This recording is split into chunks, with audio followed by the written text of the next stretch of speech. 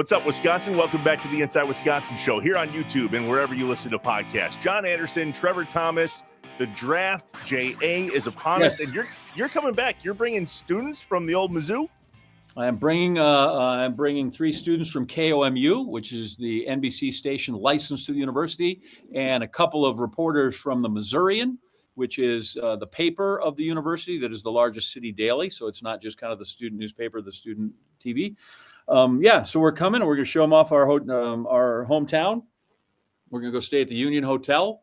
We're going to park in Byron's mom's garage or in her driveway. She's cleared spots for us. And we're going to come have a grand old time. And we're going to see Green Bay be as shiny and big time as it can be, right? We make as often, we really get a lot of mileage out of we're the smallest market in the NFL, which is true and it's nice, but it doesn't mean we're a bunch of podunk hicks that, although you do sit in a tree stand a lot, which kind of leans it that way. But no, like it's a chance to show off and go, look, we can do the draft and we can do all these things you can do in New York or Chicago or Detroit and all these other places. So it's going to be long time coming. And it's one of those where even if we cherish every one of those 3 days, they're just going to be gone. We're like, wow, that's done already. Like that's, it's like the lead up, and now we're on the other side of it. But can't wait. It's going to be awesome. It's going to be awesome. Today's guest has his own countdown, that's for sure. Nick Meisner, he's the VP of Communications for Discover Green Bay, and he shares with us, you'll hear it, that rarely does the team, the NFL team, wherever the draft is, have much to do with it. It all falls on the CVB, and that's Discover Green Bay here, those that bring people to the market for XYZ reason. Well, he is the guy for all things draft information, knows his stuff, that's for sure. The Inside Wisconsin Show is brought to you by American Family Insurance, Blaine's Farm and Fleet, Capital Credit Union, Amplify Health, Festival Foods, Quick Trip, Legit Pizza, Miller Lite, North Star Mohican Casino Resort, and the University of Wisconsin-Platteville. Hey, remember to subscribe on YouTube, leave a review, smash the like button, just get with us. Nick Meisner, Discover Green Bay. His email address is @greenbay.com. That's pretty sweet. He also knows all the things about the NFL draft. So this is the preview, Nick. You're the guy. No pressure. Thanks for coming on Inside Wisconsin. I'll already start feeling the pressure right now, but you know what? We'll chat draft and it'll all be good. Happy to be here, man. Thanks for having me. Yeah, man. Listen, like I see there's a countdown to the draft every day when you log on to these places. So there is pressure, like it's coming. Yeah, most people's countdown is at like 58 days today. Mine's at 61. I always add 3 because I go to the end of the draft. Tell that to the guy who's delivering water, and you're like, okay, actually, no, I need you here on 61. But right. This is a horrible journalism question because I'm going to ask a 2-parter, which I hate. But anyway, how many people are coming and where are they staying? Yeah, 2 great questions. So we're anticipating 250 to 300,000 people coming throughout the 3 days. And where they're staying in Green Bay, of course. No, obviously we're going to need a lot more hotels than that are just in Green Bay. So, but there is still availability here. If you call hotels, look at Airbnbs, I think the prices will, kind of balance out here as we get closer and closer to the event. But also in Appleton and in Milwaukee and in Sheboygan and in Fond du Lac. I really, John, I think it's funny because, when the Ryder Cup was announced that it was going to be in Kohler, Wisconsin, we didn't have as many questions about hotel rooms there. And that's a city a tenth of the size of ours. So, and they did an amazing job with that event. So, we really come together as a state for these big events, and people will be staying all over the place. There'll be great transportation options to get in. And I think it's just going to be an overall way to showcase the entire state of Wisconsin. The Ryder Cup buses them in because there is no place to stay other than Kohler itself. Right. Will there be those options for the draft? Are you going to be bussing people in, shuttle bussing them? I mean, are there parking spots? Yeah. So there are 7 cities right now, I believe, that have shuttles planned. Milwaukee, Door County. I'm on the spot here. I apologize, guys. Milwaukee, Door County, Madison, Appleton, Marinette, Minocqua, Wausau. So all of those destination marketing organizations like Discover Green Bay, but in their own communities, are putting together those shuttles or are working with hospitality partners to put together those shuttles. So there'll be plenty of options to get to the footprint, to get to the draft campus here in Green Bay, regardless of if you're staying in the Northwoods or along the lakeshore. So I'm chuckling because I'm like, okay, the tourists that came in, they might be able to pronounce Door County. I think the other ones that you just named was totally going to stump them. If you say, where are we staying? And just watch them just try to butcher those names will be fantastic. Aren't those videos the best? I love when they do those. And you know what the funny thing is like the way you guys are familiar with the area, right? And the way the draft campus is set up, a lot of it is in Ashwaubenon. So like they're going to have to get familiar with that too. ASHWAUBENON. Nailed it. Yeah, that's why I'm trying to stay in Pound, Wisconsin. It's very easy. And hopefully, there's a good place to stay. We stay there. The outside. So now we've got people coming, and we know where they're staying. Will we have enough beer?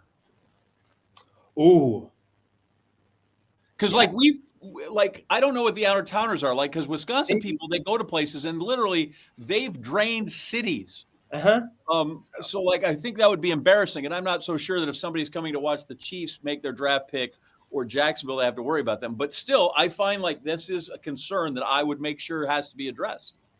You know what? I'll bring that to the local organizing committee, John. That's a good point. We'll definitely have to, as they say, roll out a few more barrels than the most embarrassing thing ever. I went to Green Bay for the draft and they ran out of beer. And they ran out of beer.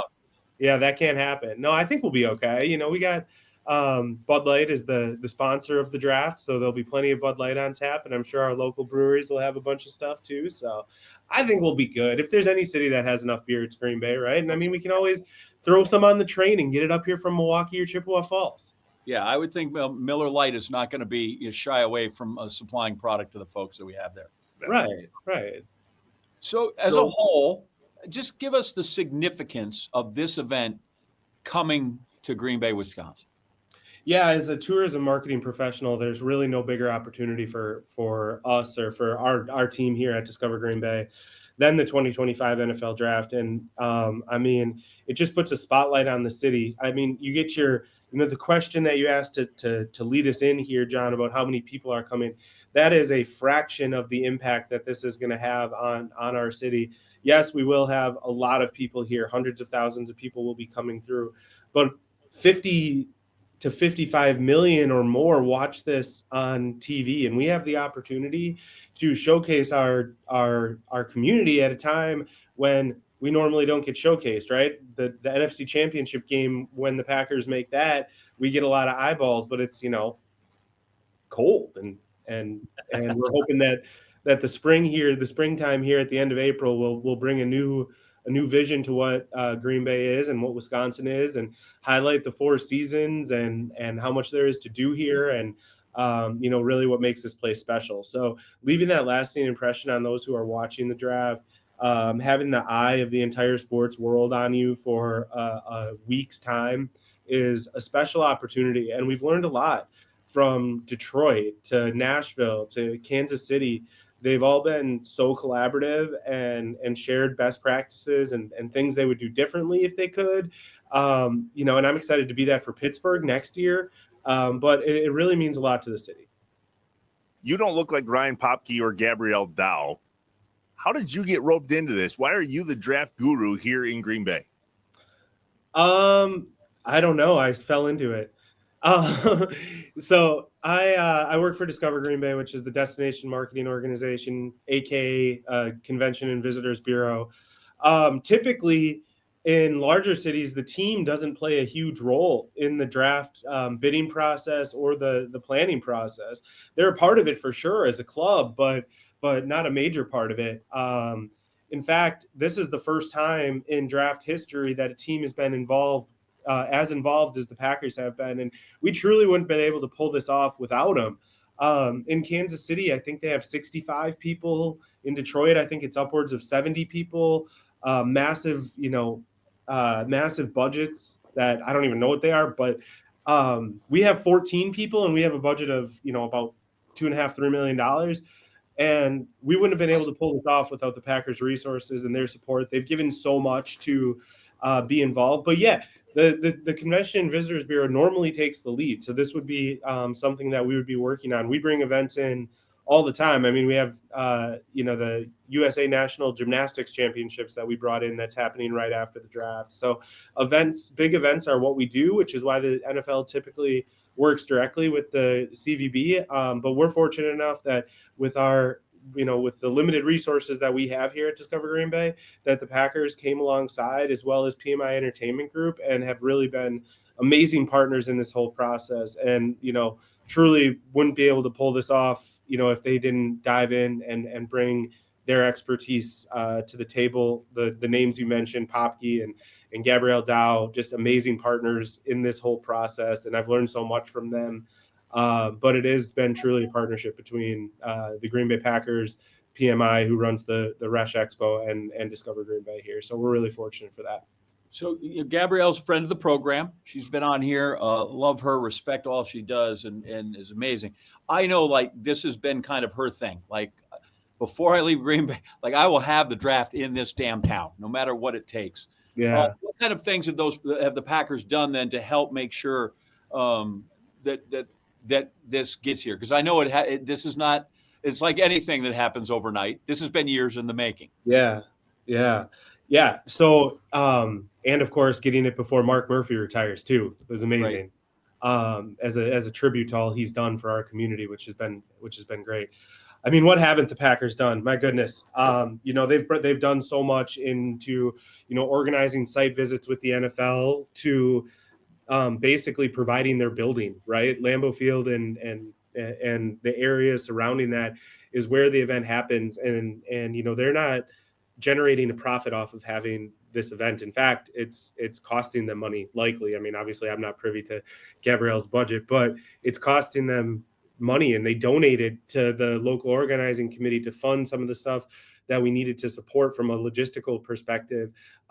They've brought staff to the table, brought their relationships to the table, brought fundraising to the table, opening up the concession areas and the concourses for fans and the bathrooms. And I mean, everything from being key partners in the local organizing committee and connecting their resources to literally on the ground providing staff and people that are going to be working the event. They've really taken the lead, and we've been playing our role in connecting them to the community and making sure we, the community leaders know what's going on and being a resource for them. But Gabrielle and her team have been just amazing to work with. And, I couldn't ask for a better partner than her team. Like, they're tough. So I'm going to interject this. They're tough because you can't use the field. They're like, they turned down, I think, the chance to have Taylor Swift come to Lambeau Field, and like, you can't put that stage in Lambeau Field. I don't know if you knew that. I haven't heard that. Might be on the down low. I know. Like, we can't put that stage on our field. So, like, I get that they're helpful, but like, at some points, like, you can't have the field.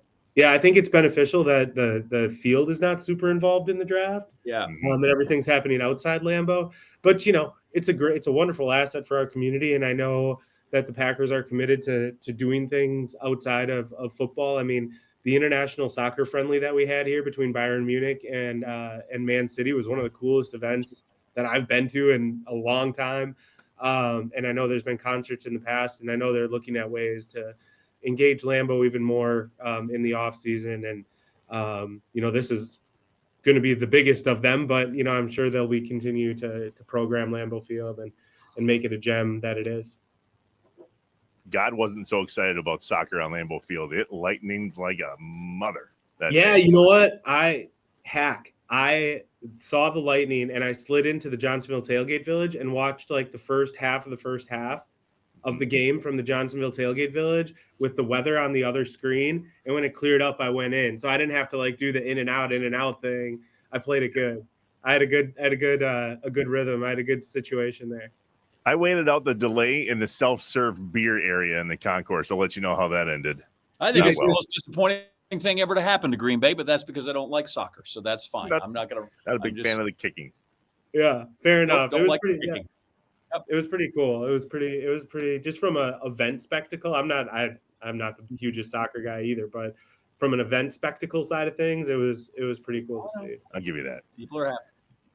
John mentioned it a second ago. This planning has been in the works for some time. How many of these drafts did you go to, Nick, to prepare yourself to be one of the lead dogs for it to come here?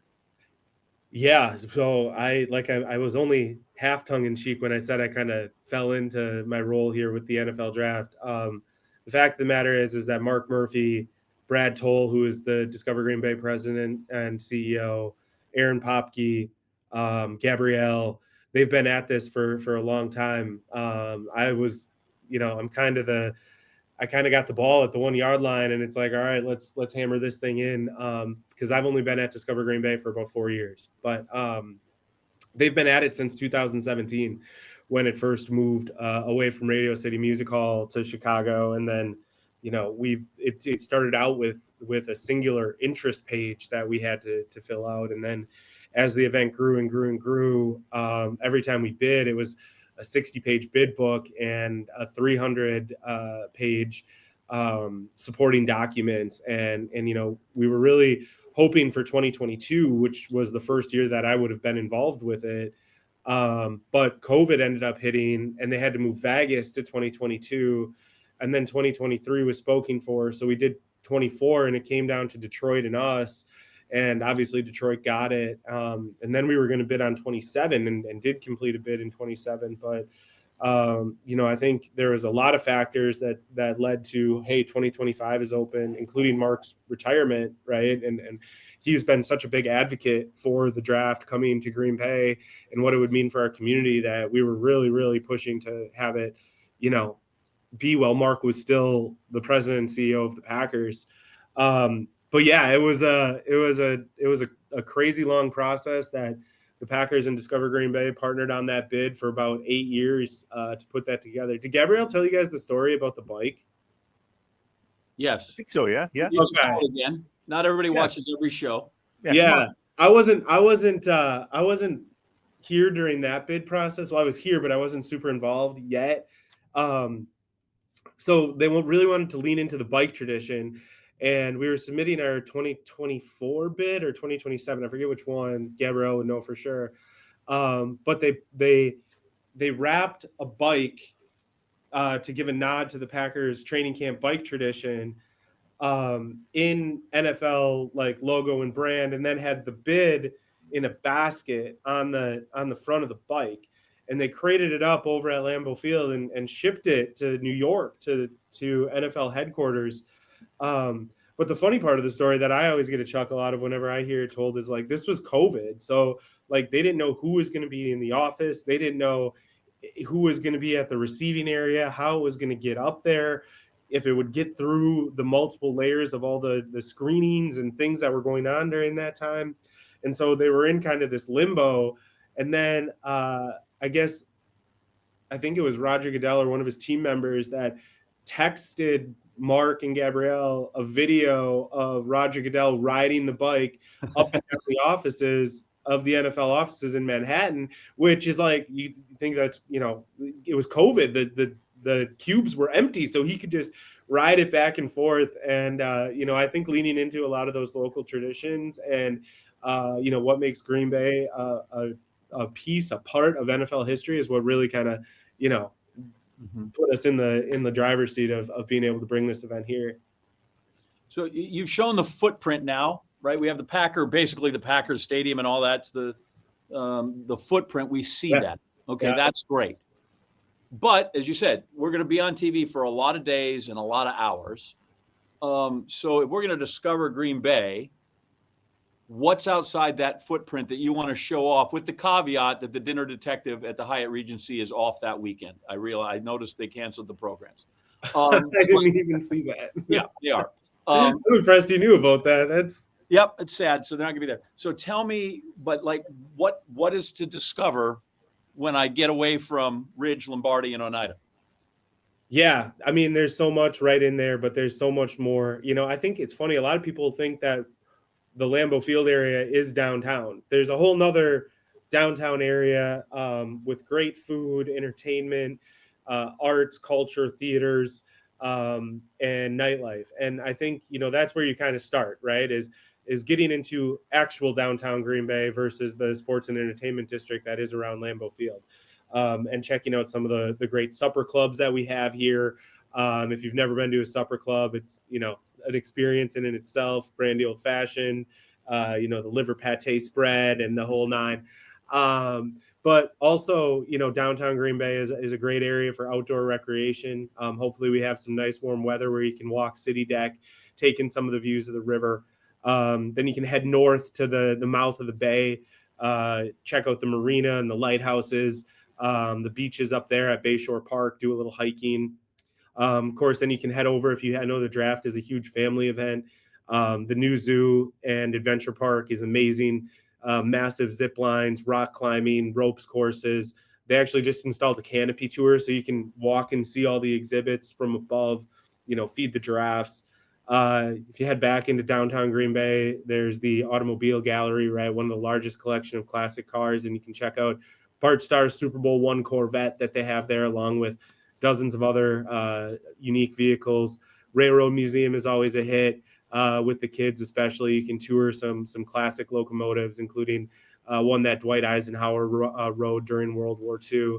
And then head out into De Pere, check out the Multicultural Center, a new $100 million art and culture exhibit that right now has a Star Wars exhibit that's a nationally traveling exhibit. And check out the restaurants and shopping down there. Head out to Algoma, check out the beaches. Hopefully it's a nice day, like we said, or you can plan a trip back in the summer. There's a ton to check out. There's a ton. Wineries, breweries, attractions, nightlife, a lot to see, a lot to do. We are the smallest NFL market, but we are an NFL market. So it's not like we're a one stoplight town. But you didn't mention that also there's a billion churches you can go to mass. That's right? true. Don't That's forget true. that. Like, You can go down to the one Vince Lombardi went to there. Right. There's a little historical marker there that it was his church. Yep. Go kneel there and ask that your team pray that they pick the right guy. Yeah. I always go there before the season starts and do a little prayer to Saint Vince. He shows up in the head thing. I know he does. Yeah. Good segue, Nick, because John and I are going to take a quick break and do our top 5 spots where we want you to stop and eat when you come to Green Bay for the draft. John's got a little bit of a different spin. We'll get yours when we come back. More with Nick Meisner from Discover Green Bay on the Inside Wisconsin Show. The Inside Wisconsin Show is brought to you by American Family Insurance, Blaine's Farm and Fleet, Capital Credit Union, Amplify Health, Festival Foods, Quick Trip, Legit Pizza, Miller Lite, North Star Mohican Casino Resort, and the University of Wisconsin-Platteville. Hey, remember to subscribe on YouTube, leave a review, smash the like button, just get with us. There's no shortage of Miller Lite in this town, the Miller Lite gate at Lambeau Field. There will be plenty of Miller Lite to go around for the draft, but you mentioned it. Will we run out of beer? No, I don't think that's plausible. Which seems impossible, right? This is this preposterous thought. But my problem is, if it's 3 game days in a row, where are they storing it? Like, these fridges are only so big, and they get stocked up for game day. You got to come. The guys are working night. They're making the beer run, Milwaukee to Green Bay, right after 11 o'clock. But there's going to be. I can't even think of the sheer volume that you're going to need. In all different shapes and sizes too, and kegs and cans, and I don't know. I'm excited to. Right. And did you notice sometimes people can't always get their head around the fact that Badger fans went whatever and they drank the town dry. Like, that's a story that's not happened once. That happens a bunch when they go to these places. And it's not just like when they went to Utah or someplace where perhaps, the local clientele is not used to it. They drink towns dry. I swear, if they drink us dry, be humiliating. Can't happen. Well, humiliating is not going to happen. To some point, that would be like scaling Everest, and we should applaud that. You're right. Yeah, right. Yeah, bravo. Yeah, there will be if that happens. Crazy, but I want to see I just think the staggering amount of beer is going to be consumed. And it's 3 game days in a row. And I'm here for it, Trev. I am here for it. I didn't have the chance to ask, but tailgating, like, the thing opens at noon and goes till 11. Yeah. Which means they're going to tailgate starting at 8 a.m. This is going to be they're going to amazing. you're going to need a lot of your venison sausage. And a lot of those other houses that are now kind of, the party house on it, like this is great because before you couldn't see inside the stadium. Like you'll be able to see the whole action from your rooftop porch. Like this time you can actually see, just watching, people watching is going to be like, what a sport that will be when you come through. Holy buckets. I can't wait. Miller Lite, great taste, 96 calories. Go to MillerLite.com/inside Wisconsin to find delivery options near you, or you can pick up some Miller Lite pretty much anywhere they sell beer. Tastes like Miller time. Celebrate responsibly. Miller Brewing Company, Milwaukee, Wisconsin, 96 calories and 3.2 carbs per 12 ounces. You ain't drinking this out of Miller Lite. Or see Pete Lee, who has one in each hand, and then there's a couple in a coat pocket and maybe one in his hand. Like, where are they going to put it all? They'll probably just put it on Pete. Pete, hopefully Pete, come back. We need your pockets. Yep, that's it. Time for another top 5 list here on the Inside Wisconsin show, presented by our friends at the University of Wisconsin-Platteville.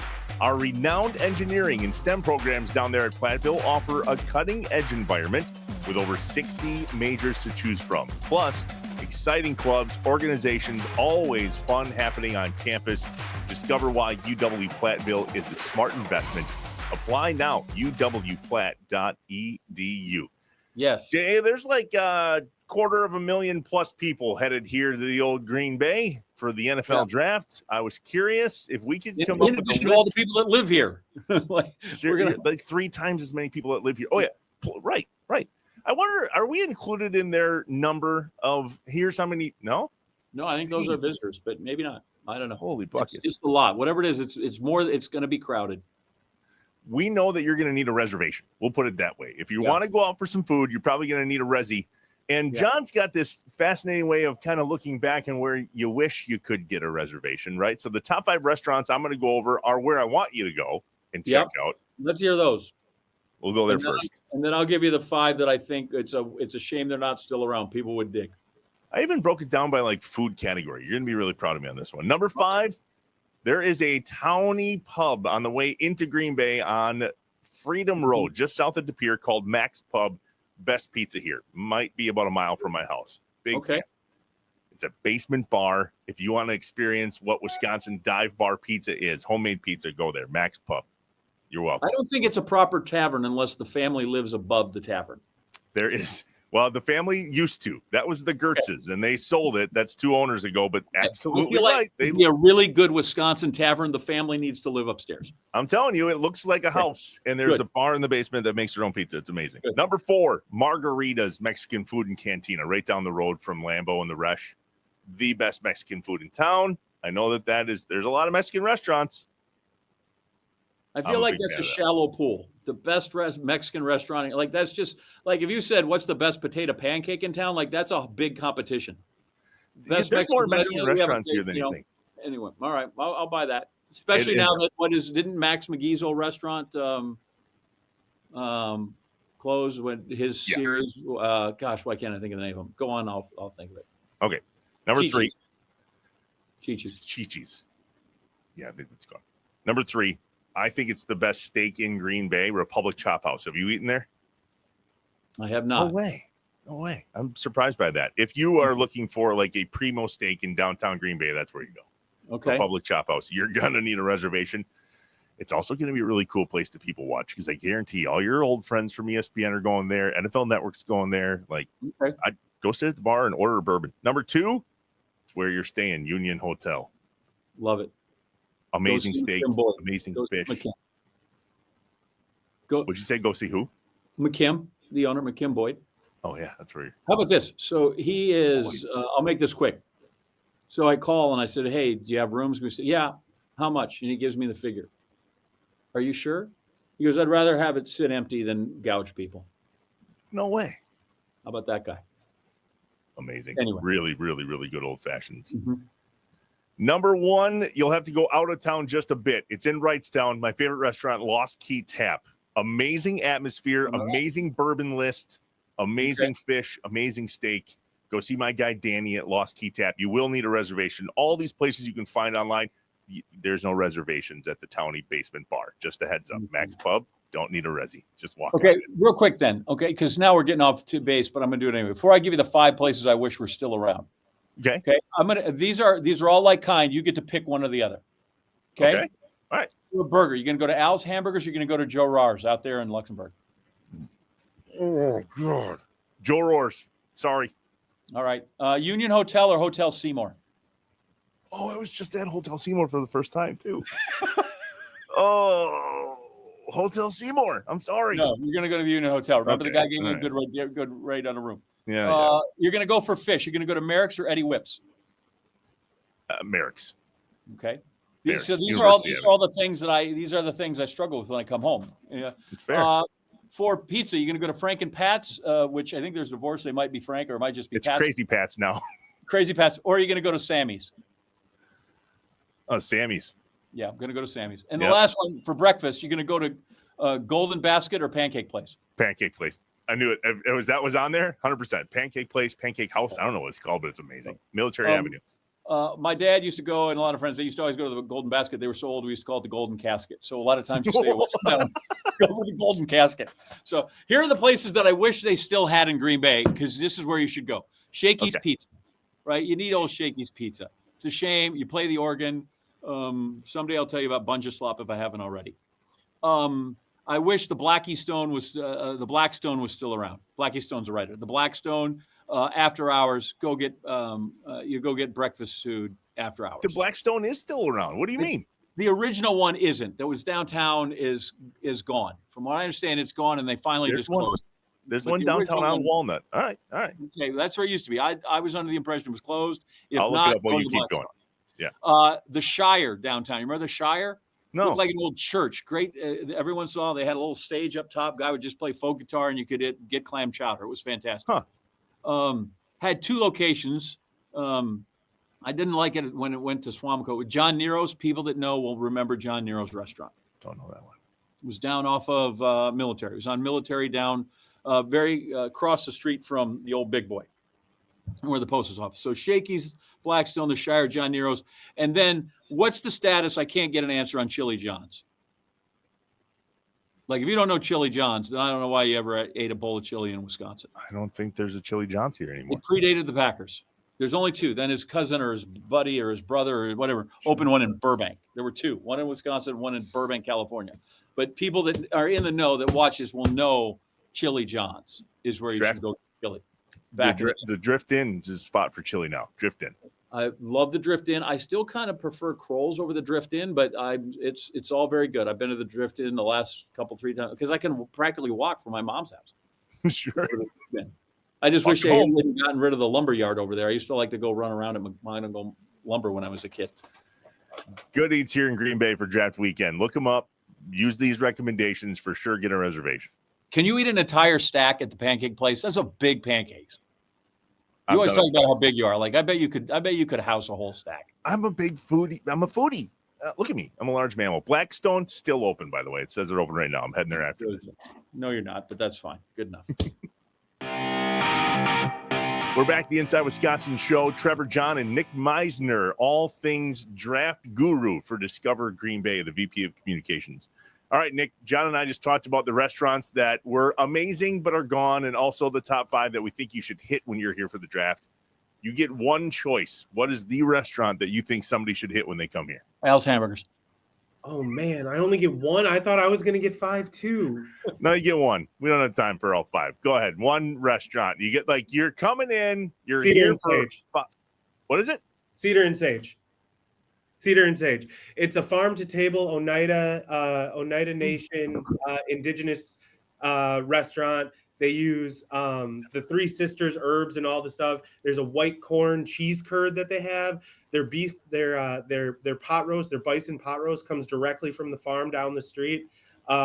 It's amazing. It's super good. Their Three Sisters dip and the bison meatballs on the app. Me and my wife will go there and we'll get the Three Sisters dip and the bison meatballs and not even do an entree and just snack on that. Cedar and Sage inside the Oneida Hotel and Casino. Okay. You would think it's large. I always do this when people say farm to table because I'm like, they're all farm to table. Even if you go to Chili's, starts in a farm. I try American Eats Farmer. I get what people are doing in locally sourced, but I really kind of do that with my friends back east when they go, this great farm to table. Like, you realize, right? They're all farmers at some point. Like, That's I fair. don't care what you go. That's a fair point. So I get what you're making. I get their point. I try to emphasize as my part of Discover Wisconsin and Green Bay is like everything is farm to table. We need farmers all the time, no matter where you eat. I feel like there's some like laboratory to table stuff now, though. It could be. I guess that. doing stuff, but you don't want to eat that. Anyway. No, yeah, Cedar and Sage is great. It's definitely something different. There's not a ton of indigenous restaurants that are not just in Northeast Wisconsin, but kind of throughout. And so it's pretty unique. I like it there. And it's pretty new. So check it out next time you're here, John. I know Trevor's been there. Once. Hey, Mom. Thanks, Mom. I know you're going to make a pot roast, but I'm actually going to go over and have a bison pot roast at the other place. Yeah. But so as long as we're on the subject of food, like how do we play the hits here for visitors, right? We want to have a cheese and brats and beer without making us feel like we're some cheese-headed podunk people, right? Yeah. Like I think that's a fine line to walk. It is because I compare it to this. Like if Wisconsin Dells just stopped talking about water parks, like what would they have to talk about, right? If we stop talking about our beer and our cheese and our bratwurst, it's who we are. It's in our DNA. But what does that lead to? What does that lead to from a culinary experience of those as kind of the baseline, right? Like there's so much more that comes from that. And people and chefs from around the country have had an impact on the culinary scene here in Green Bay. And I think it really depends on the type of atmosphere somebody is looking for. I think you can find those staples, and those staples will be on the footprint in the draft. But we went to the Super Bowl and we had that, facade of Lambeau Field there. And we had my buddy Zach, who's the executive chef over at Lambeau Field, great guy. And we layered in some booyah, right? Which was a hit. And booyah is not even a Wisconsin thing. Booyah is like a Green Bay thing, right? You guys know this. Right. And he was able to tell the story about how the recipe that they use at Lambeau for the booyah is this 119-year-old recipe that was found, and they make it in the same, kettle. So, bringing in some of those other things that are unique, and even folks down in New Orleans love that stuff. So, bringing in those other things that make Green Bay unique will be critical. We'll be doing that in concession stands. We'll be doing that in the restaurant recommendations we make. We'll be doing that kind of wherever we can engage with visitors. So this thing is going to get beat to death between now and the draft. It's just under 2 months away. However, there's an important date, which is why we wanted to talk to you now, and it's March 4th. Tell us what we need to know about the One Pass app, the NFL One Pass app. How do we get registered for tickets? Where does that get you? I feel like this is going to be a long answer, so I'm just going to click us off. You go ahead there, Mr. Meisner. I think I can get this pretty quick for you.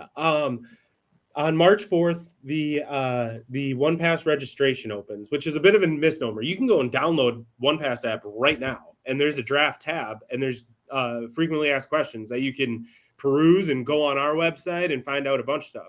But on March 4th, registration for the NFL draft will. There it is. One Pass app.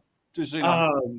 The registration for the event will open. So that's basically you fill out, I am going to the draft, right? And you select your days that you're going to be there.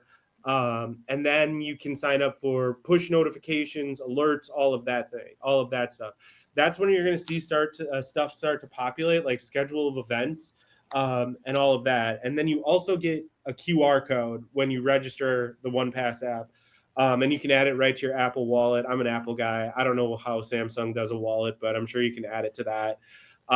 But you can add those QR codes to your wallet. They scan that at entry, and that's how you get in. It's 100% free for general admission, which is probably about 90% of the just putting the pressure on 58 days, 6 countdown hours. Clock. All right. Well, a lot to do between now and then.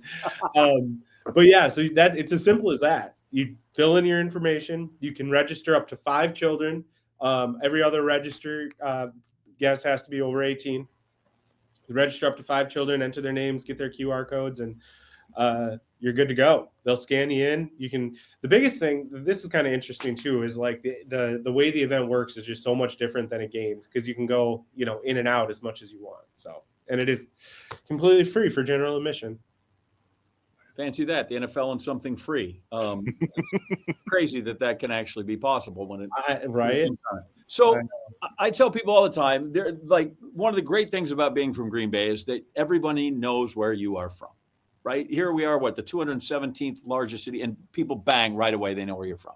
Yeah. Well, that part is totally wonderful. But then I try to explain to people, well, there's more than just the Packers in Green Bay.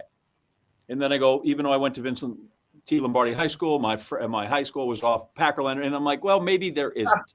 But so right, people try to do that, and then all they want to do is talk about the Packers, which is I'm done. I want to know, since you're there, Trev, you can even. I'd love to get your answer to this too for our people, because I am not there.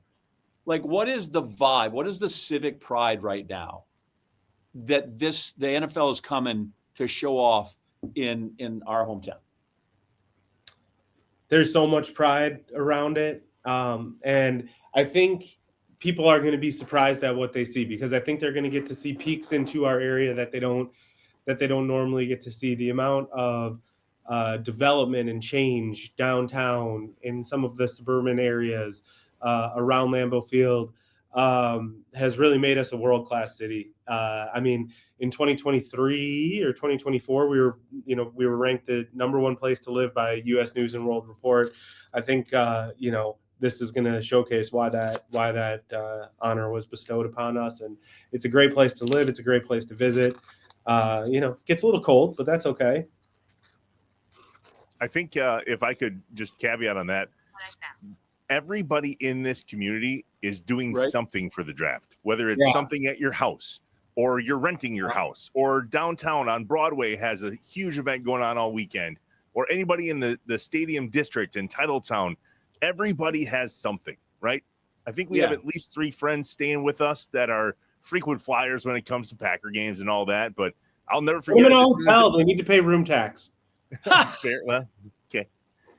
Or free at my house, and beer's free too. Anyway, right when it was announced, right, my buddy Jason texted me. He goes, "Haas, party of one NFL draft," right? And it's now under 2 months away. So I just think there's a lot of planning, a lot of pride, and everybody is doing something, which actually now makes me think about what's going to happen after. Nick, have you guys talked about, and I don't mean like hangover from drinking too much, but is there going to be a local hangover from so many people coming here, spending, let's say, a week here, and then they're gone, and then there's a whole bunch of cleanup? This is the biggest event that we've ever done, for sure. Yeah, and that's our job. That's been part of our rallying cry here at Discover Green Bay. The draft is huge. It's a massive, massive event, and I love the way you put that, Trevor. That was really well said. That everyone is doing something for the draft, and for the past 18 months, there's been a big target on April 24th, but we've been working hard to keep at the 51 other weeks. That's what we keep saying. There's 51 other weeks. And we have some exciting stuff in the works, already on the books. We have some big events that are coming. Obviously, nothing is going to match the magnitude and the spotlight of the NFL draft, but the spotlight of the gymnastics world will be on Green Bay a couple months after the draft when we host the YMCA National Gymnastics Tournament.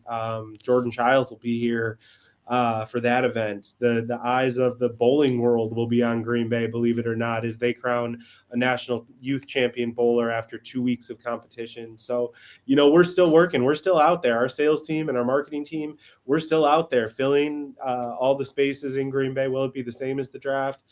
No, what is? There's nothing in America that's like the draft when it comes to your city. And what it means for your city, but we continue to do that, and we're able to leverage the draft to bring even more in, because a lot of times meeting events, sports planners, I don't know if Green Bay is big enough to host our event. Well, we're showing the world that we're big enough to hold any event. Mm-hmm. It's funny. I have some cleanup on a lot of the stuff because I'm bringing kids up to the draft, students, but I have a 501c3 letter, so 15.5% sales tax out. I'm exempt from that, just so you know. Love it. Okay, so you're gonna have to make that up. You talk about everybody. I called Trev. I called my boy Byron and said, "Hey, can I park in B's driveway?" And she's like, "Let me see if she's got room for you," because the driveways are being taken. So then I called my boy Grandma Audrey. And Audrey's like, yeah, come stay here. We can park in the lawn. We got a DJ. Like everybody's just going mad. That's why I'm asking. Like the vibe must just be off the charts for this thing. Yeah, it's draft fever, man. Everyone's got something going on. So this is, if you have 250,000 people, that's more than like 3 times a game day crowd when it comes through. Let me clarify that number a little over the course of the days. Yes. Okay. What I'm getting at here is over the course of this time. And here I am at J School again, follow the money. Like, what do we think the impact is on the economy of this place? We're estimating about $20 million of economic impact in the Brown County area, greater Green Bay area, and $94 million of economic impact throughout the state of Wisconsin. Why such a bigger number for the entire state, right? We're at the very eastern point of the state. So if you're coming from Minneapolis, if you're coming from Iowa, if you're coming from Chicago, if you're coming from anywhere, you're driving through the whole state unless you're swimming or grabbing that ferry. So people are going to be filling up at gas stations, staying at hotels, picking up groceries, stopping at restaurants as those main thoroughfares, those main pipelines into Green Bay of Highway 41, Highway 43, 29, all of those will be trafficked by people who are having to drive through the majority of the state. So, and then again, because there are only so many hotels in Green Bay, that people are going to be staying kind of all over the place. So, yeah, it's a little bit higher estimate for the state of Wisconsin, but we're looking at about $20 million of economic impact in Green Bay. And just to clarify what that means a little bit, John, is that's not money. That's not $20 million going to a specific person. That's revenue generated, people getting paid at their jobs that are supported by this, money spent at businesses directly out of visitors' pockets. And it's a calculation and an estimate that we make, but we will be doing an economic impact study following the event that we'll be able to get a better feel for what that exactly was. But it's a game day weekend on steroids, right? Green Bay gets what, 6? Well, I guess for the whole schedule, you have 8 or 9. Like it's having it's probably the equivalent of 2 extra games for all these businesses. Yeah, definitely. I mean, that's the way we've been describing it. It's 3 home games in a row. That's what, how should businesses prepare? Prepare for 3 game days in a row. It's crazy. Logistically, it's not a nightmare because that would be a negative, but it's something, and it's going to take some planning. It's a lot, right? So there's people freaking out that they may not be able to park cars in their lawn, right? And like they can on a normal game day. Nobody can park in the lot. Am I getting that right? Like the entire Lambeau Field parking lot, not parking this time around for this game day. That would be the event. Yeah, the event is happening there. So yeah, no parking. Right. So logistically, park in somebody's yard. If you want to show up, dude. Yeah, I guess they can probably get to their underground garage, but that would be great. Maybe. Jordan Love just parked his SUV in my front yard. How have you been able to calm some of the fears, Nick, in regards to the logistics? Because as excited as everybody is, there is this level of holy cripes, this is crazy. How are we going to do this? Yeah, it is. It's going to be, there's going to be some challenges, of course, there is with any event of this magnitude, and it's different challenges. I mean, it was challenging in Detroit. It was challenging in Nashville. It was challenging in Kansas City. I mean, Detroit had their footprint downtown. They had to close more roads than we do. They had to figure out how they were going to deal with people who lived inside of the footprint in high rises and businesses and all of that. So logistically, it's a little bit of an actual lighter load than having it in a downtown type atmosphere, like a heavy urban environment like Detroit. But yeah, when it comes to parking and transportation, there's definitely a lot of questions, and we have a lot of people that are working on it. I will say I was a bit nervous about it as well until the NFL has a parking and transportation vendor that this is what they do. They specialize in traffic planning, and they're working hand in hand with the Village of Ashwaubenon Department, Public Works, Green Bay Public Works, Brown County, the DOT, and the State Trooper's Office. They're all daily, going over these plans and the detours and how traffic flow is going to be kept positive. And I remember he was leaving for New Orleans, one of the representatives from that, and he said, "Off to New Orleans, Super Bowl number 27 for me." And I go, "Okay, all right, you do this every year. You tell me what you need, sir, and I will get it for you. You focus on this traffic plan. That helped me feel a lot better because it does feel like this big once in a lifetime thing that's coming to Green Bay, and Because it is. likely it's going to be a once in a lifetime event. The NFL does this every single year. Yeah. And they don't do anything that's going, that's going to be negative. They have people whose job it is to plan traffic around these events. And I can't compliment our public works folks with Ashwaubenon and Green Bay and the state troopers and the DOT with their collaboration and cooperation with the NFL's team around traffic management. I think they're going to have a great plan. I think everyone's going to be very safe. I think traffic is going to flow a little bit better than we would expect. And that also goes back to the difference between this and a game day, right? So at game day, we all arrive, 2.5 hours, maybe 3 hours before, if you want to get an extra pop in there. So, and we all tailgate, and then the Packers win, and we all, exit the stadium and head out. This is a lot different. It's open from noon until 11 or whenever the last pick is made. You can't exit Lambeau Field on a game day and re-enter. You can go in and out as much as you want. So the ingress and egress is way different than a game day and much more free flowing than the mass entrance and the mass exodus. If you know what I'm saying. Mm-hmm. So you talk about this, it's once in a lifetime, and it's a giant event. So I imagine at first you're like, okay, this is daunting, but let's dig in, and all those good things. You see it go in other places, but as this premier opportunity, both with the NFL, because it's the most popular sport going, and this opportunity for you, like there has to be some pressure to go, okay, we really need to get this right because we'll never have this opportunity just to showcase Green Bay again. Mm-hmm. And I would think that at some point there's like, without making people scared, but there's got to be some like, hey, we need to be on. We cannot miss anywhere here. And that to me brings some tension to the project. Yeah. I think with any big project, you have that tension and pressure to perform. And I think I felt that more so in the beginning process when the whole thing was in front of you and it looked so big and daunting. But then, you look to your right and you look to your left and you've got great people who are like amazing at their jobs all around. There's hundreds of people working on this event and you realize that you don't need to eat that elephant alone. And that there's people that know what they're doing and the best route then is to let the people who know what they're doing do what they do best. And our role is a support system for that. How do we provide the resources to the event planner, in this case, that being the NFL, with every resource they need to make their job as easy as possible? If we make their job easy, that means the event is going to run well. And also the communication with, folks around town and how we want to be perceived.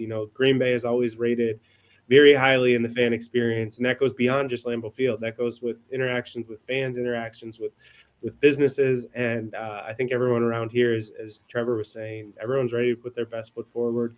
We know how to show the Midwest nice. We know how to make people feel welcome. And we're all really proud of this place. And we're all really proud of what we've built and what we've accomplished. And so, putting that on the world stage is definitely going to be something that'll be a keystone moment in the city's history.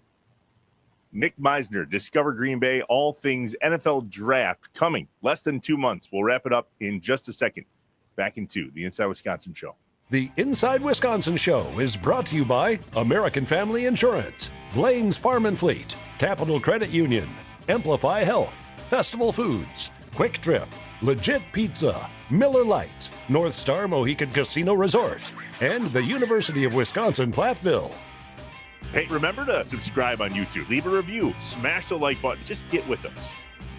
J.A., if you still owned a house here, would you stock the fridge full of festival foods before they arrive, or would you say, hey, here's a $100 gift card to Festival Foods, go stock up there? Like, that's got to be where you stock up, but do you supply it for them? No, I think you got to lay in supplies. I don't think I want to lead this down. I don't want to lead this down. And the thing is, too, I think you got to remember is like you're going to have a lot of nervous eating beforehand. Like people stress eat when they watch the Packers, but like think about this: when the game starts, the Packers are playing, right? You kick off at noon, they're playing.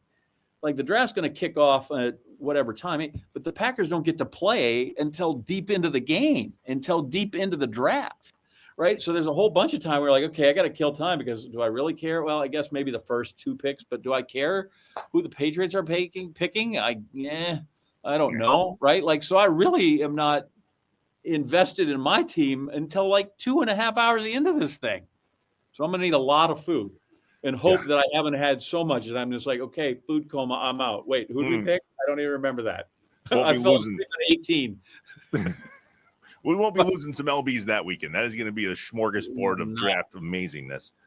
If you're coming into town from out of town, whether it's out of state or you're just happening to come into Green Bay because you rented a house and want to party with the rest of us, when you get here, go to Festival Foods. Fill up your cart, put it in the car, stock your fridge. You'll be set for a long time. Hit the spirits section. A lot of Miller Lite in there. A lot of everything. Probably get the circular from Trevor, who will then tell you that if you just follow the circular, it'll follow you around the grocery store. You can buy everything you want. Couldn't believe it. Amazing.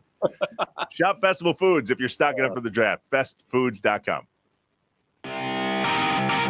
We're back to wrap it up. All things NFL draft with Nick Meisner from Discover Green Bay. All right, Nick, 2 for me, then the ever famous John Anderson lightning round. Famous. Here's my first one. How are people going to get into this thing? You showed the footprint. Where are the entrances? Can you tell us that, or is that a secret still? So I can tell you that the entrances are located on the fan experience side. The theater will be in front of the Rush Expo. The fan experience will be around Titletown, and the 2 general entrances are near the draft experience side of the footprint. So in order to get in, you got to go all the way to the west side of Lambeau Field. There's no public entrance other than on that side. Yeah. Yeah. Which is a safety thing. Typically when you enter an event and you get to the stage, that's where you stop, and then it starts to pile backwards. So this keeps the traffic flow, going through the entire footprint. All right, last one for me. This is all happy-go-lucky. Everybody's excited. This is going to be great. We're super pumped to host it. And then the Packers trade out of the first round. Are you ready for that? Hang up on this guy. I kind of like the little bit of like the Joker personality from Batman in me just wants to see it happen. Here we go. Oh my God. No, I don't know. I don't know. That would be quite the thing to see. I don't know. Goody said today in his presser down at the NFL Combine that Mark Murphy has given him permission, not that he needed it, to trade out of the first round. And I'm just saying that is going to be something if that happens. All right, I'm done. Okay, well, I need to get back to this before we get into the speed round, which are quick ones. I just need maybe a little more thoughtful answer. Have you thought about, and you're putting this all together, right? The ludicrousy of this all. This is all to watch people read names off cards, right? Like it is. When Pete Rozelle, when Chet Simmons at ESPN said to Pete Rozelle, "We do this," he's like, "It's just dudes in a smoky room reading a name off a card. People will never love this," and it spawned people love it. Mel Kiper's got an industry out of it. Like, people are like, have you sat down and thought of just the straight ludicrousness of this event? I did until I went. Okay. And it's so much more. When the first time you went to see guys read names off cards, it changed your whole opinion. Yeah, because I had to for work. I didn't want to go. But I was like, I don't, I'm the biggest football guy you'll find, but I'm not a draft guy. Like, there's the Mel Kipers and the fans out there with the blogs, with the draft, stuff. That's not me. I'm not that into it. But it's so much more than just the stage area. That's just one component of it. The best way I've described it is this is a state fair of football. This is an extravaganza. This is a celebration of the game. All around guys reading names off cards. Yeah. When they hugged him. And so that is what I will do now is just combine is just watching guys in their underwear, and that's going on right now. So I'm just going to read questions off a card, and we'll see if that's nearly as exciting. We're strange animals, John.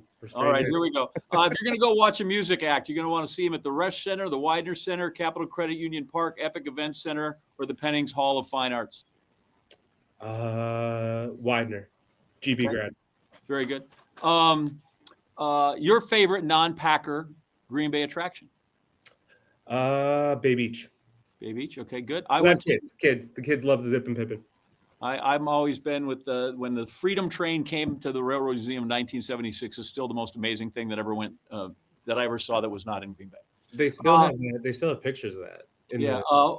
When and where was the first NFL draft?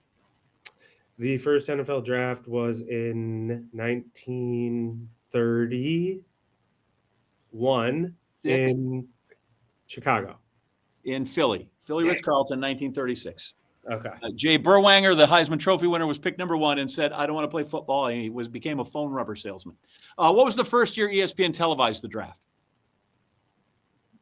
1987. Year 2, 1980, is when Pete Rozelle said, "You're nuts? Sure, go ahead. Knock yourself out." Do you know what year the Carlton Celebrity Room burned down? This is just a personal one. I don't even know what that is. Oh, my gosh. All right. Trev, do you? It burned down in 1987. They used to have great Johnny Cash played there every year. Yeah, that theater downtown. It's I think it's called the Carlton. Is it not still today? Or the Tarleton. The Carlton Celebrity Room. It was actually out by kind of NWTI. It was actually in that side of town. So okay. I was born in 88, so I don't. Oh, here we go. Don't feed him that. Don't tell him that. Nope, I'm going to keep going on. Before it was renamed in 1968, Lombardi Avenue was known as what? It's County Highway VK. Well, that's what it is now, right? Yeah. That also has that. Named after a guy's wife instead of Vince Lombardi. But the actual name, before it was Lombardi Avenue, it was a different avenue. What was it? Was it Thornberry? It was Highland Avenue. They took Highland Avenue and made it. So now, if you don't get that one, then you don't know what McCarthy Way or Holmgren Way used to be either. McCarthy was Potts. Yep. Holmgren was a little stretch of Gross. Yeah. Yeah. In all, how many streets are named after Packers? Actual name, because some share, but how many names are named after Packer players? Just players, not coaches. Not coaches. Players. Ooh. All right. Canadeo, White, Star, Favre. Are we counting Bridges? Nope. Nitschke Bridge is separate. Okay. I know those 4. 10. Hudson, Isabel, Hinkle, Canadeo, Starr, Robinson, Dave Hampton, and Dave Robinson. That people don't know they had a subdivision that they invested in, so they named 2 wards after him. Reggie White, Brett Favre, Donald Driver. Driver. Downtown. I should have gotten Driver downtown, yeah. Bit of a statue, yeah. So you answered this one. I was going to ask true or false, so we have a car museum. It is true. I thought Bart Starr's Corvette was always down at the Rawhide Boys Ranch. So they donated it to the Rawhide donated it back to Red Lewis, who started the Automobile Gallery. And so they have it there now, and it's got all the stuff, like all the pictures of him getting it and all that around it. So all right, if you don't know this one, relax. Trevor will clean you up. Though he never worked at this place, which U.S. president commanded Fort Howard in 1818? Trev? Hold on. 1818 would have been. So he commanded it in 1818. What can I ask when he was president? 1819. He was the 12th president. He was also one of the shortest serving presidents. He died in office after 16 months. It wasn't the guy that got stuck in the bathtub, was it? Taft? No. Trev, what do you got? Cleveland. Zachary Taylor. Very good. Nice job. Damn it. Which of these was not a Green Bay supper club? Oh, God. Yeah. Wally, Spot, the Skytop, the Stadium Club, Paul's Carriage Inn. The second one, the Skytop. Now, the Skytop was very, very famous. Famous supper club in Green Bay, and actually the Skytop used to be a brothel, which is why they had so many private dining rooms. So that's why I never knew about it. The Stadium Club. All right, I'll give you another shot. How about the Stratosphere, Goldie's, the Zider Z, or Eve's?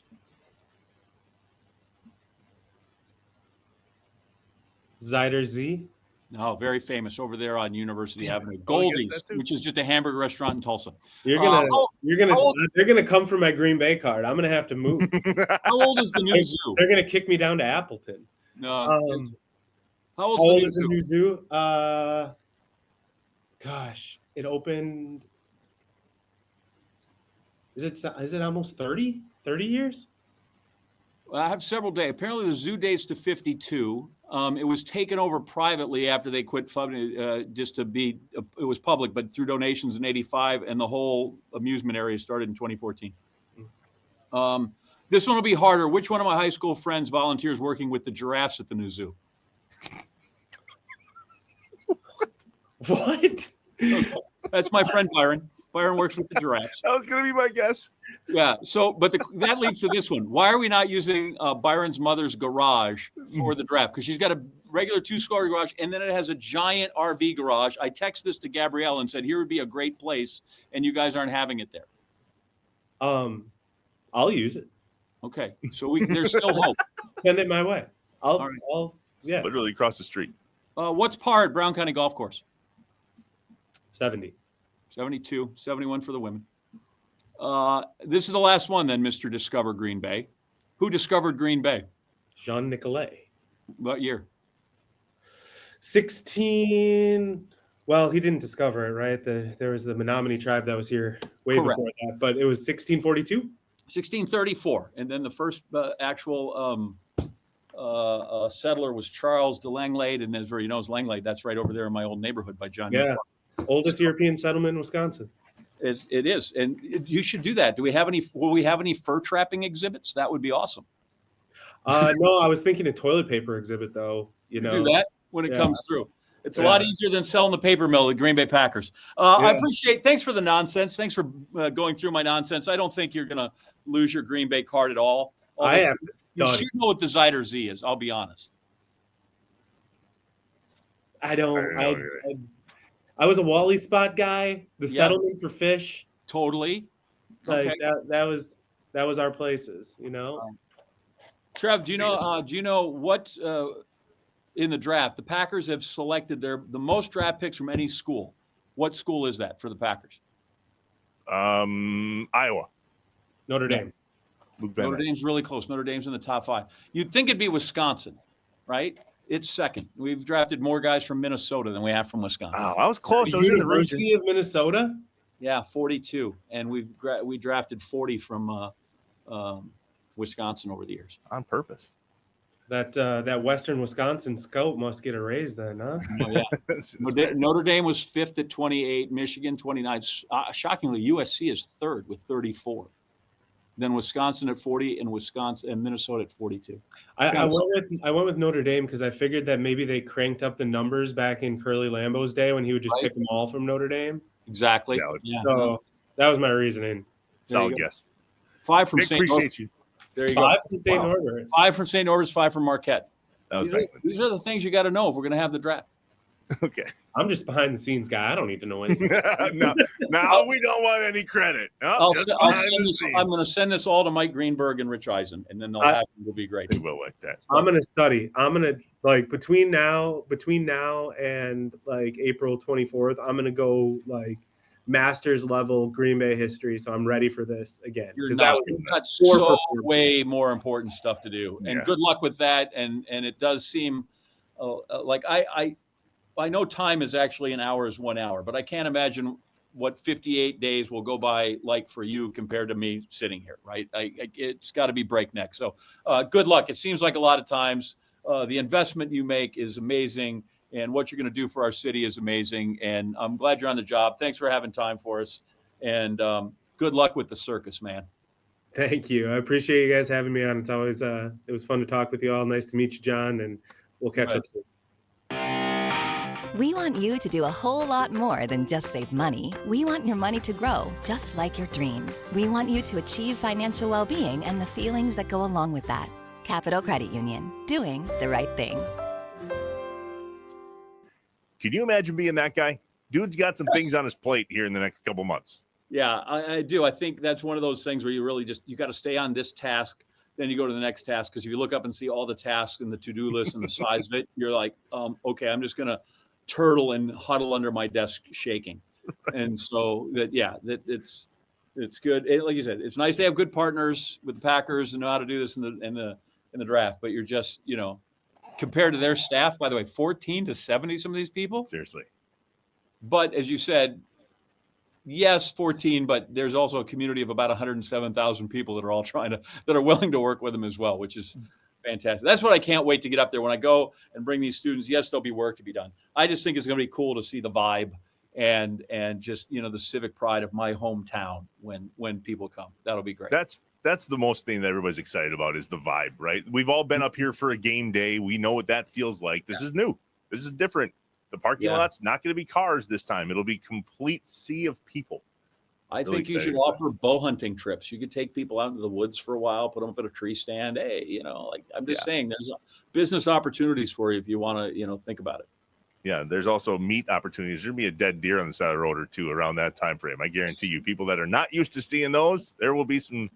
By the way, there's a chance it could snow. I know.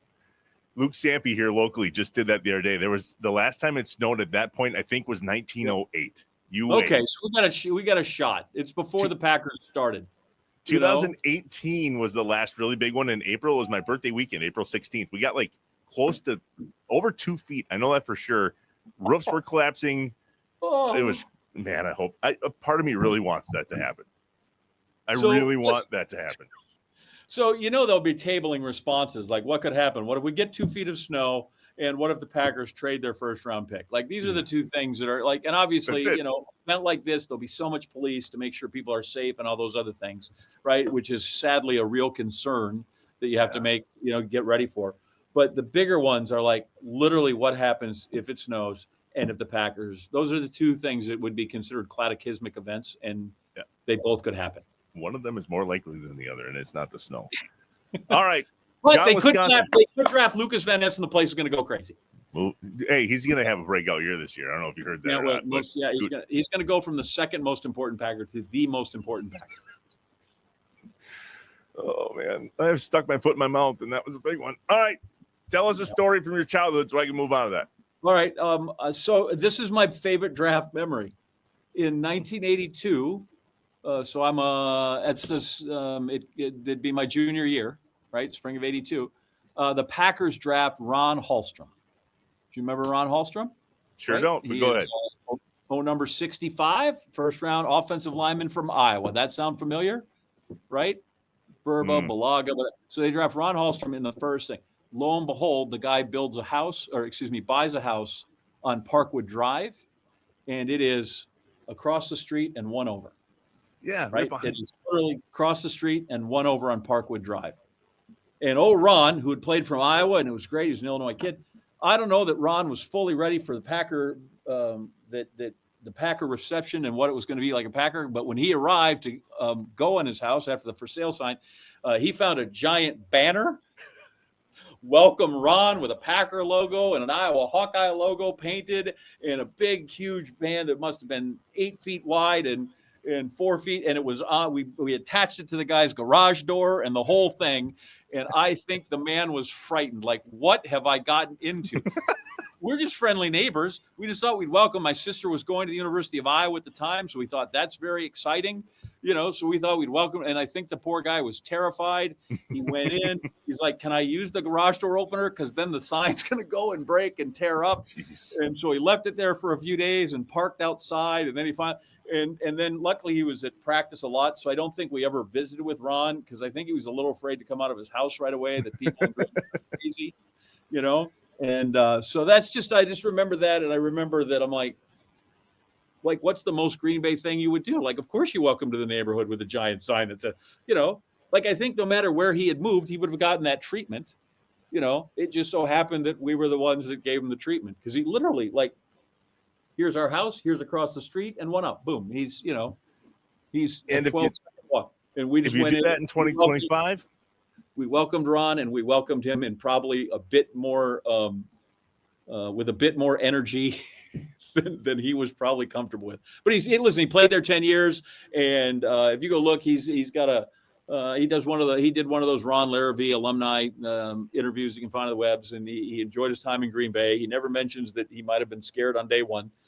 So we didn't completely hammer the guy, but that's great. I just think that's Green Bay, right? Like that's us. I always tell people, like when you go see a Packer and you start seeing him over at, the grocery store, it's not like you really want to help. You just want to make sure he's eating right. Or if you see him, in a store buying a coat. You just want to make sure he's warm. We're not really that freak. We're really helpful, but I'm excited for the vibe, and I'm also excited to see how they feature Green Bay. It's going to be really neat. Like, we've all seen the same stuff on B-roll for the last decade of downtown and this and that. It's going to be different. Make us look good, right? Like, I worry about that. Like, you want to do all that stuff, right? Because in the end, you do want to come. If you go to Green Bay and you go, well, I didn't eat a cheese curd and I didn't drink a beer and I didn't get a brat. Well, then why the hell did you come? It's fair. But you want to show that we can be more than that. Play the hits, like you said. If we choose to. Yeah, but you got to play the hits. All right. Our thanks to Nick Meisner from Discover Green Bay. He was great. All things draft. This is your episode. Every detail that you may need is in here. So our thanks to him for jumping on. For John, I am Trevor. John, we're going north. It is Berkey weekend. We feature a guy that did the Berkey in this episode of Deeper Roots 50 years in a row. Can you imagine? Who doesn't love the Birkebeiner? I tell you, when you get on the starting line of the Birkebeiner and there's thousands of people, and you can feel the electricity, and it gets inside of you. You played basketball, I bet. Good guess. You know what it's like before a game. Imagine that multiplied by thousands. This year, 12,000. Farmers, brewers, hunters, packers, badgers, cheeseheads, neighbors. No matter what name we go by, we are bound together by our roots. These are the people, the stories, and the patriotism from inside Wisconsin. Welcome to Deeper Roots with Blaine's Farm and Fleet. Deeper Roots with our friends at Blaine's Farm and Fleet has brought us to God's country. Cable, Wisconsin, home of the American Birkebeiner, Ernie St. Germain, a living legend. Sean Connolly, the American Birkebeiner. The Berkey, the Birkebeiner, the American Birkebeiner. What is it? So the Berkey is a 53-kilometer cross-country ski race that goes from Cable, Wisconsin to Hayward, Wisconsin along a world-famous Birkebeiner trail. How many people participate today? We have just shy of 12,000 this year. We are very fortunate to have a very hospitable community here in Cable and Hayward, Wisconsin. Hayward is a town of a little over 2,000 people, and between the skiers and the spectators, we're hosting close to 30,000 people. 15 times the population of Hayward, Wisconsin shows up for about 1 week. We call it the Berkey Week of Events. Ernie, it says founder number 3 on your shirt. Founder number 1 is an old friend of yours who's no longer with us, Tony Wise. Tell us about Tony. Tony was really special. World War II veteran, that came home and decided that there was potential here. Late 50s, early 60s, Telemark Lodge was here. Tony Wise built this lodge as a downhill ski resort. He was a historian. He wanted to keep the history and the culture of the area, and of course his own culture, which is Norway. The Norwegians in the area were encouraging Tony, you have to do real skiing. Real skiing is Nordic skiing. And they kept after him, and he got some Nordic skiers to come and build a trail. Then they encouraged him to do a race. They said, we have a race in Norway that goes back our history, 800 years. 1206, there was a Norwegian prince that was rescued on cross-country skis. That is what really spurred the traditions. Their armor was birch, like birch legs. So that's what they call them, birch leggers, because they would wear birch bark on their legs. The American Birkebeiner is actually part of the World Lopet, and the World Lopet is 19 countries that are all part of this circuit of races. Each one of those countries, one race from that country gets to be designated as that World Lopet race, and the American Birkebeiner is America's race. What has participating in the Berkey meant to you over the years here in Wisconsin? The first year I had no idea what I was getting into. I didn't know where we were going or how far. This old Norwegian was going to ski the race and his wife wouldn't let him. So he told me, you're going to have to represent me. And I said, sure, nothing to it. Because I had no idea. And I'd never been on Nordic skis, and got my friend Dave to do it, and we both skied the race. And when we finished, we came down Exhibition, which is that hill at the top, down to the chalet. Dave and I crashed at the finish line, and I swore up and down, never, ever again will I do anything that foolish. And of course, there it was, second year, because Tony said, have you signed up yet? How do you say no to Tony? You don't. So I signed up, and we did it. Year after year, after year after year, you start something, you finish it. And those are my grandpa's words. Ernie, when you and the other founders started the Birkebeiner, there was 35 of you. Do you remember what the goal was in creating that race? Before the race, I had no idea what it was.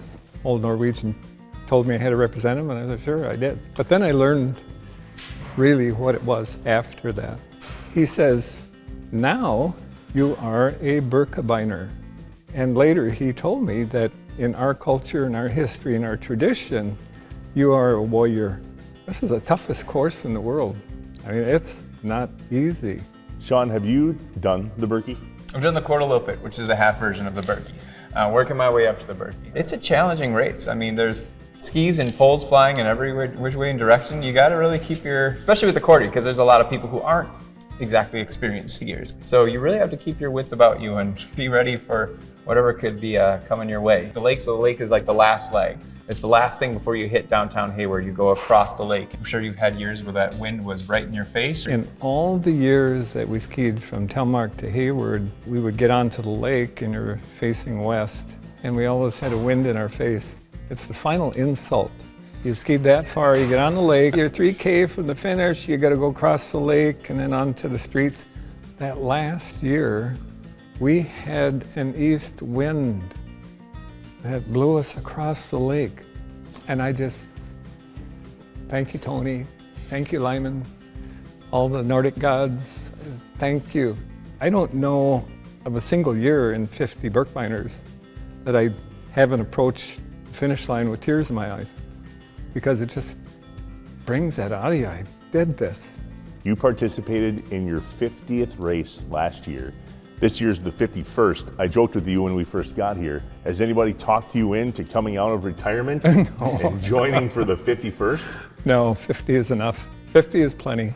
And my good friend Dave Landgraf, we said in an interview at about the 35th Birkebeiner, the interviewer was getting upset with us because we were teasing her. And she finally said, when are you going to quit? And Dave looked at me and said, Ernie boy, let's do 50 and see how we feel. I just could never imagine doing 50, but I got it in my head.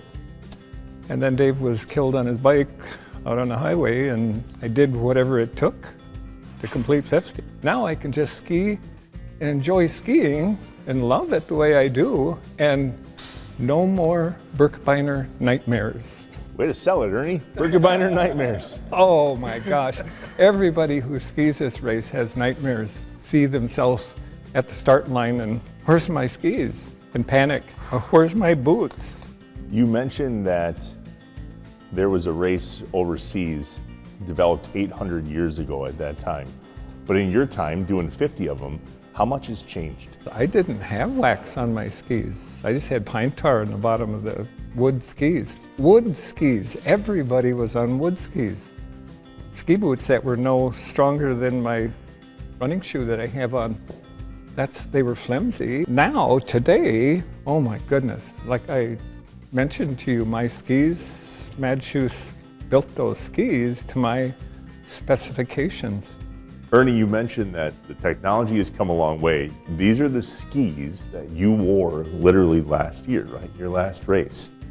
Is there still wax on them, or is it just now part of the Hall of Fame here? You know, I'll never ski on them again. They were made for me for the 50th race, and they were the most perfect skis I ever skied on, made specifically for me and for my measurements and for my weight. I feel like they made this bench out of your wood skis. Just about. And that's the jersey that you wore. Is that what they call it? A jersey? Bib. That's the bib. That's the bib that you wore.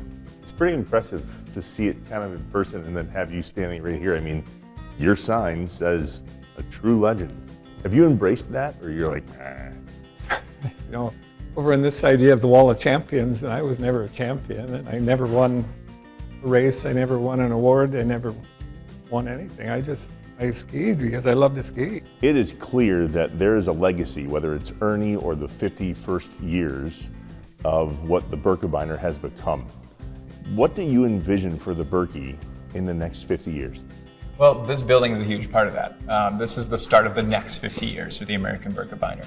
We're actually just finishing up a $10.2 million capital campaign to finish up the whole infrastructure here at Mount Telemark Village. It's snowmaking infrastructure, it's a little bridge that's actually going to help so people don't have to cross roads, so people can go over the roads. Things like a pond, a biathlon range. This Mount Tillamook Village is the next 50 years of the American Birkebeiner. Ernie, when you share how emotional it is at the end and how incredible it is to feel that finished feeling, the warrior, but you're done doing that. So how are you going to fill that bucket moving forward? I ski with my grandson, and like Tony's philosophy, the future of skiing is in our youth. Sean, if the future of skiing is in the youth, then there's got to be something that you're doing here to invite the youth. It's really incredible to see just the growth of cross-country skiing. And the more I've learned about the Birkie, just the Birkie is very synonymous with the growth of cross-country skiing in the US. To see where it's gone from just people doing it in the 1973 to figuring it out, to showing up to a race and never putting on cross-country skis, to now having these youth programs. I appreciate you sharing your story with us. It's really inspiring. There's not many Wisconsinites, if any, that haven't heard about the Birkie. And hopefully watching this show and listening to your story, they not only know more about it, but really appreciate what you guys have built up here. So thanks for having us up.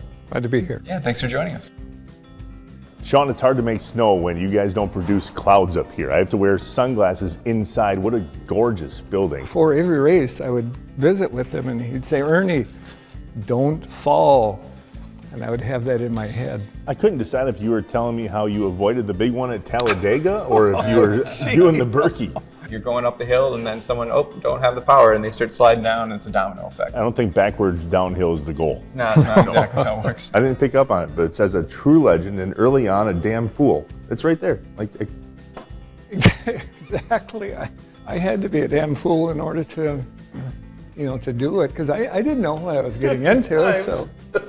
There is nothing quite like the Northwoods of Wisconsin. We are grateful to the Birchlegger, the Warrior, Ernie St. Germain, and Birkie advocate and spokesman Sean Connolly. Thank you for having us up there, out there. What an impressive place that is Telemark Lodge in Cable, Wisconsin. Go check it out for yourself. Just hop online and head to Birkie.com. That's BIRKIE.com for updates on everything they have going on all year round. And congrats to all of those Birkie Biners, if you will, all of the Warriors, for participating in the Birkie this past weekend. I just looked up the results. There's like over 12,000. Congrats to all. You can also head to the website, by the way, and nominate a friend or a family member or even yourself to be our next guest on Deeper Roots. We want to hear from you. Head over farmandfleet.com/Deeper Roots and fill out the form. Don't forget, like, comment below, smash that YouTube subscribe button, and if you're watching, make sure to leave a comment, and if you're listening, a 5-star review. We appreciate you. We will see you next time. Talk to you later. Bye. The Inside Wisconsin Show is brought to you by American Family Insurance, Blaine's Farm and Fleet, Capital Credit Union, Amplify Health, Festival Foods, Quick Trip, Legit Pizza, Miller Lite, North Star Mohican Casino Resort, and the University of Wisconsin-Platteville. Hey, remember to subscribe on YouTube, leave a review, smash the like button, just get with us.